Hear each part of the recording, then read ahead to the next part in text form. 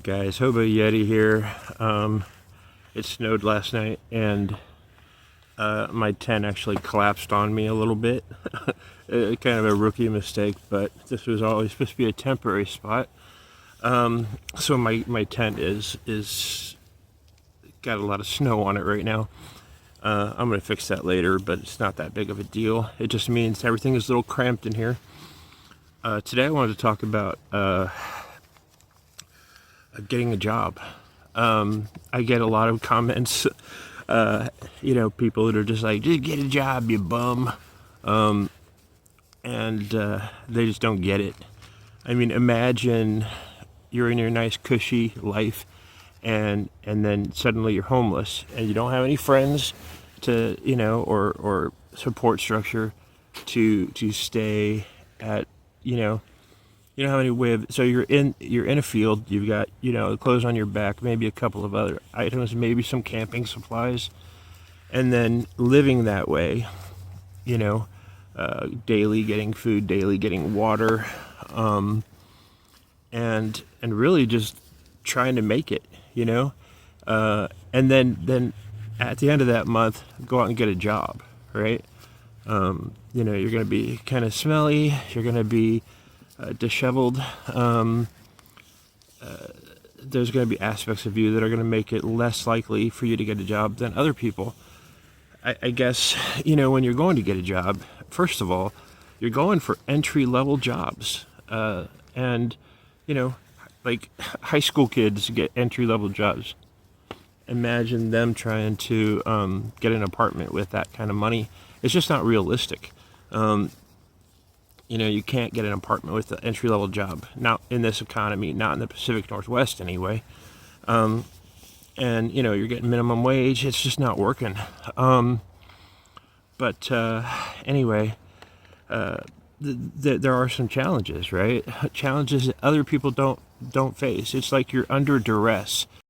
Okay, so you're like under duress, right? Like, it's a challenge for you to bathe, to shave, to and you can't, like, back in the day you used to be able to go out and fill out applications. You'd spend 8 hours filling out applications. You go place to place, fill out an application, and then talk to the manager. Potentially you'd get a job within a day. But nowadays nobody does that, right? You actually have to you do it online. You got to find out what site they're on and apply to that way, and that takes time. It takes time. You go to the library. You got an hour on their computer system, right? To use. Sometimes you'll get longer, but you're looking for a job. You find a job, okay, and then like for me, I try to keep my phone in power saving mode, right? And that's kind of a way to maintain it battery life. But when you're expecting a call, you got to take it out of power. Like, I take it out of airplane mode. It's just trying to find those cell towers on a daily or minute by minute basis. Your phone is it just takes the battery life out of it. And anyway, let's say you get an interview, and you say, okay, yeah, I can do that tomorrow. The next day, you get the call and you go there. Well, you're not just going there. It's not just like get in your car and drive there. It's like you got to clean up really good. Probably defunct your clothing and whatnot, and just make yourself presentable. And then you head up there. You get the bus if you can. That's some cash, that you don't really have. And you go, sometimes you can walk it.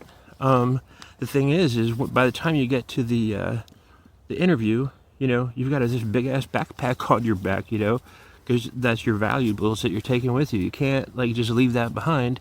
And it kind of marks you in a way. I mean, other people that, there are a lot of people that take the bus, or use the mass transit here. And, but carrying that big backpack, it kind of marks you. You're kind of unkempt. You're maybe not smelly because you can kind of bypass that sometimes if you take care of yourself, but like you're weathered looking, right? Like look at me. I've got the white hair, and if I show up for a job interview, um, you know, but let's say I get the job, right?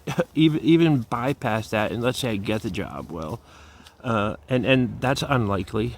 Why would they hire me when they can hire somebody 20 years younger? But let's say I get the job. Well, every day I go to the job, I've got to, maintain that quality of appearance and everything. Usually, I don't have that many clothes to wear, so it's more difficult. Everything is more difficult. But let's say I get the job, and I work it and I can't, like for me, I can't work full time. It's just too hard on my body, especially because entry level jobs, by their nature, are grunt work, slave labor almost, right? And so, I have to work on my feet all day and provide service with a smile, and that's not always doable on a daily basis. But let's say I do that and everything's good, and I get that first paycheck or whatever. Getting the paycheck is hard too. Like when you're doing your resume, right?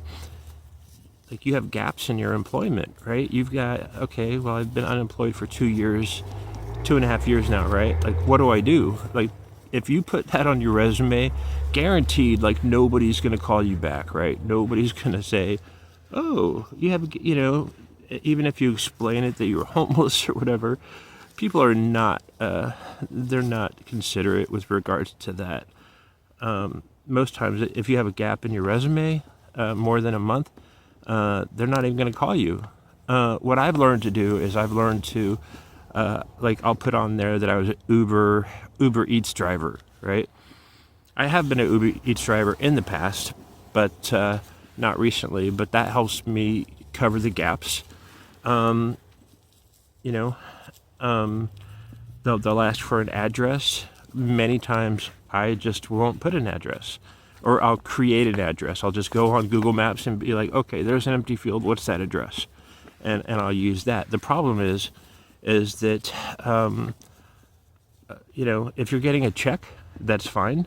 But if you're getting any kind of direct deposit or whatever, sometimes they'll want to send you a check. And a lot of times, the first and the last check, they'll mail it to you. They won't just have it available at the store or wherever you're working, right? So, you have to provide an address, and you can't do that, right? You can't provide an address. So there's a lot of complications. But let's say you're working 15, 20 hours, maybe 25 hours a week. The problem is that it's not enough to get an apartment. It's not enough to get a place to live.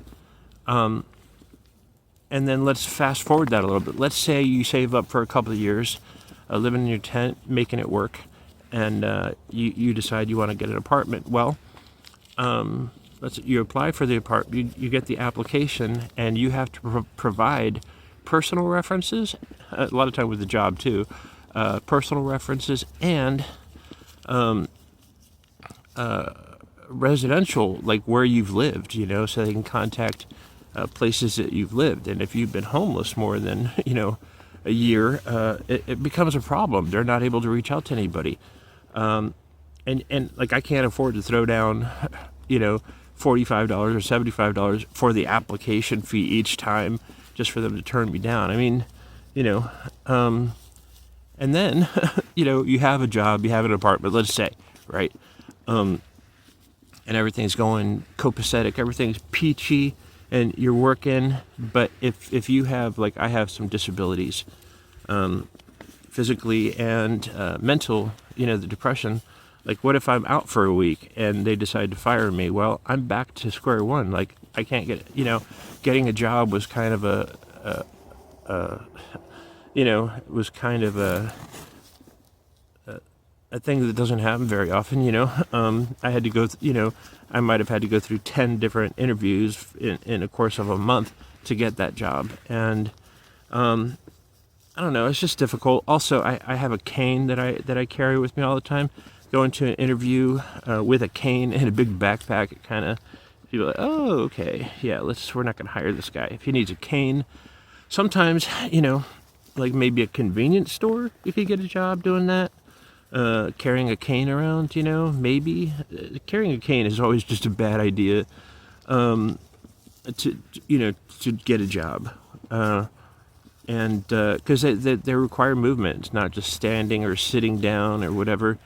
The thing is, everything you do as a homeless person basically takes that extra bit of and the problem is like, in the end, getting a job, you're not gonna be able to afford an apartment. Okay, getting a job, I don't know why people are just like, get a job, bum. Like, that's gonna fix everything. I'm getting an entry level job. I'm getting a and it's a struggle on a daily basis to get that job. The thing is if I was a younger man, and I have been homeless as a younger man, and in many ways it was easier to get a job and things like that. But over 50, man, I got to tell you, it has been an absolute struggle, just to get by day to day, having to go through all that just to get a job, just so you say, don't get me wrong. When you have a job, you have some access to money and funds, and you can kind of, it helps mitigate the crap that is being homeless. You can buy new gear, you can buy new clothing, you can buy hot food and stuff like that. But that's it. Like, saving up. Like, let's say you want to save up for a car. Let's say I decided to get a job and save up for a car, right? Well, in order to get a driver's license, you need, in order to get a driver's license, you need proof of residency, right? So, like, I was able to get a state ID and use a P.O. box for that mail service or whatever. But in order to get a driver's license, I need proof of residence, which means a utility bill or something like that. And there are ways to do that that I've looked up. People have like falsified, like a lease or like a utility bill or something, photoshopped it. And that might be a way to go. I don't prefer to do that. I prefer to be honest and transparent and in everything that I do if I can, But sometimes, like it's kind of like with the with regards to applying for a job and saying that you've been working for Uber Eats, right? Or Uber or something like that. You're self-employed, essentially. And they can't really call that. But it's kind of a white lie, just to kind of get you through. And I don't know, like, in order to, some people have suggested, I've actually had one of my subscribers offer a vehicle, an old, 2000 model or something.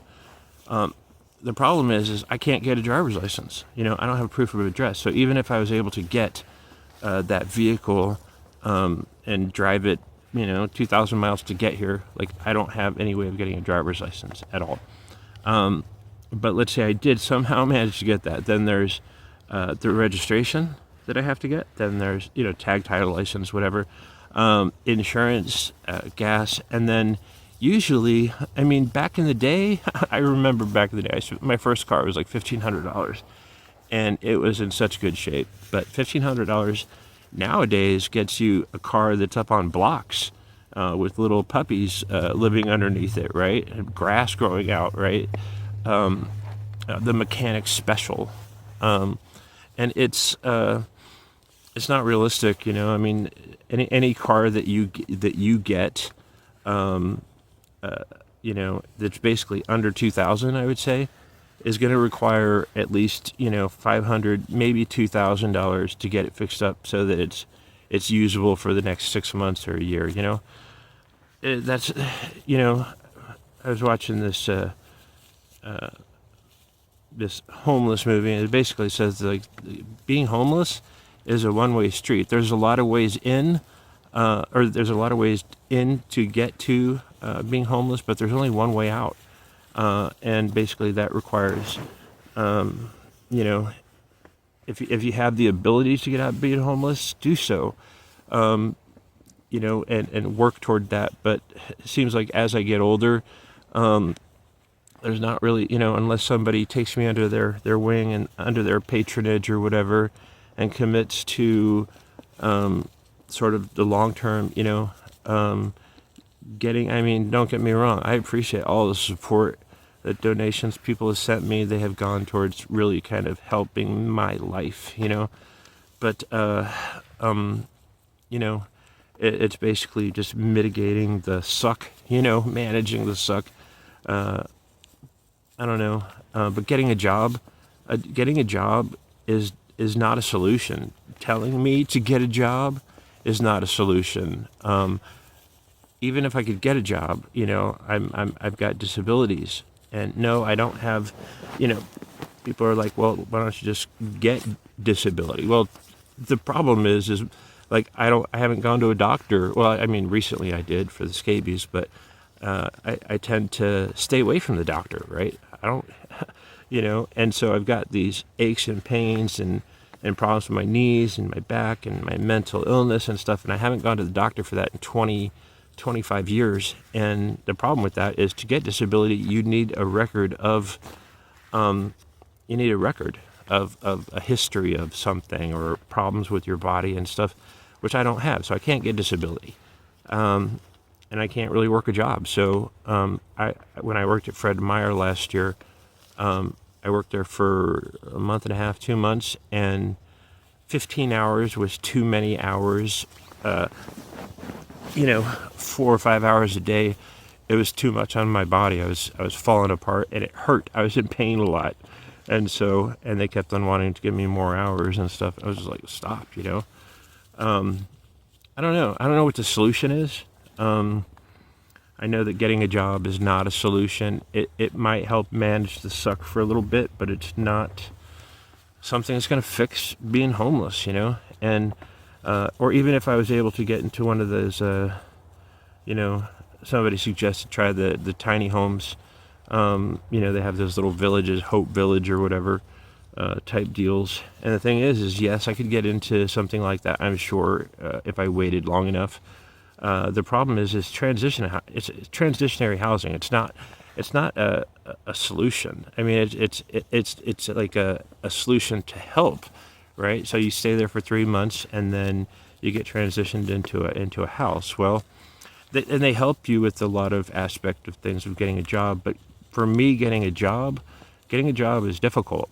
There's even like you take into account all of the different kinds of jobs for entry levels, what I'm applying for. I can't work all of those, and I can't work a full-time job physically unless I was sitting down or sitting down enough and resting. Like, I can't work a 40-hour week. So let's say I was able to get into a place. I'm back to, I'm spending all my money on a place. Every cent that I have is going into a place, and if something happens, which physically I have a problem, or mentally I have some depression days or whatever, and I lose that job, I'm back in a tent, and that's the problem. The cost of living is so high nowadays. A lot of people are just homeless. I think in this particular area I was looking, and last year they said that there's like 150 homeless people, which I haven't seen 150 homeless people in this area, in this little township or whatever. But that's what they said. The numbers were from the pantries and all that stuff, where people said they were homeless. I'm guessing a lot of people are living in their vehicles, because they can't afford a place to stay. They've got a job, maybe they've got a vehicle, but they're living in their vehicle. I don't know. Getting a job is not a solution. It can be part of the solution, but it's not the solution. Get a job, you bum. Doesn't work. This is not the America we used to have, that you could get a job and have money above your means Nowadays, it's we're living in a place where we just, jobs don't pay enough. Everything is, the capitalist movement of, well, let's charge as much as we can for this place to rent, and we're charging to the higher, the lower percentiles of people that can do it, but we're making more money, kind of deal. I don't know what the solution is. Getting a job could help, and I'm willing, but honestly, my body's not willing. Anyway, I hope your road's a good one. If you're homeless, I hope it doesn't suck for you. Take care.